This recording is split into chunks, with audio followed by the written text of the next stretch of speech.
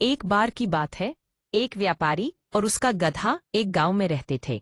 गधा अपने मालिक का बोझ दूसरे गांव में नमक बेचने के लिए ले जाता था। हर दिन वह एक नदी और एक जंगल के माध्यम से भार ले जाता था।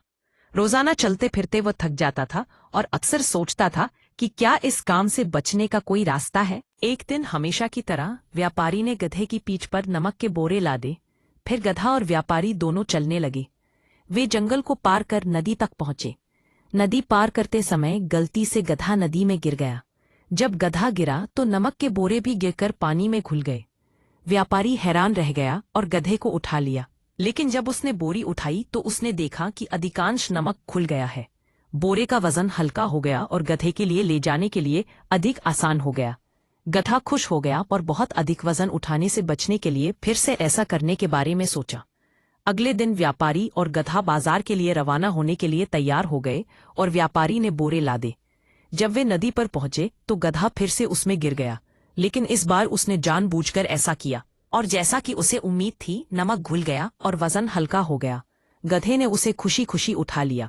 उसने कुछ और दिनों तक यही चाल जारी रखी।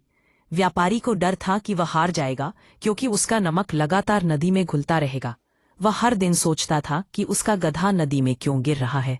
तब उसे एहसास हुआ कि गधा जानबूझकर ऐसा कर रहा था। अगले दिन फिर व्यापारी बोरों के साथ खड़ा हो गया। गधा खुशी से उसकी ओर आया, फिर से चाल चलाने के बारे में सोच रहा था, लेकिन उसे बहुत कम पता था कि बोरे रेत के थे, ना कि नमक के। उन्होंने नदी की ओर चलना शुरू कर दिया और जैसे ही वे उम्मीद के अनुसार पहुंचे, गधा नदी में गिर गया। सभी बोरे पानी से लथपथ हो गए और भारी हो गए। व्यापारी ने गधे को उठाया।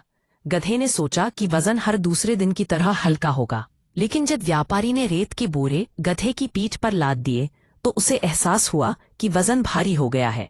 व्यापारी हंसा और बोला, तुम्हें क्या लगा? मुझे कभी एहसास नहीं होगा कि तुम अपना काम करने से बचने की कोशिश कर रहे थे। मैंने तुम्हें तुम्हारी चाल में धोखा दिया।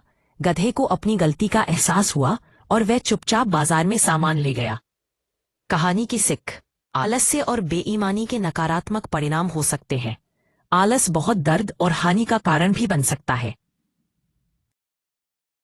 गुड नाइट बच्चों। आपको कहानी पसंद आई हो तो लाइक करो, अपने दोस्तों को शेयर करो और अगर चैनल के ऊपर नई है तो सब्सक्राइब कर लीजिए।